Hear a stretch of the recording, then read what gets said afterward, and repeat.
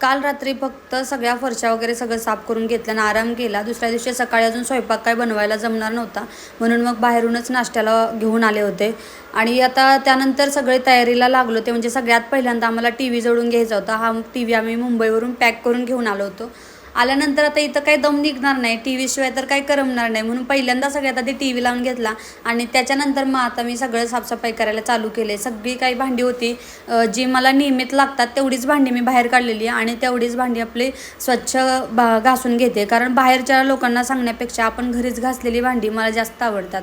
आणि इथं आता माझी भांडी घासायची चालू आहेत, तोपर्यंत शरू आणि शरूचे बाबा मस्त भांडी वाळवून घेतात.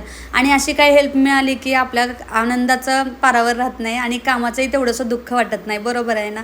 तर चला, त्याच्यानंतर मग काय केलं, जरा आता सगळं सामान किराण्याचं लागणार होतं ते सगळं शरूच्या बाबांनी आणलं. मग ते म्हणलं सामान भरून घेतलं आणि छान डाळ खिचडी भात बनवून जेवण केलं. चला, बाय.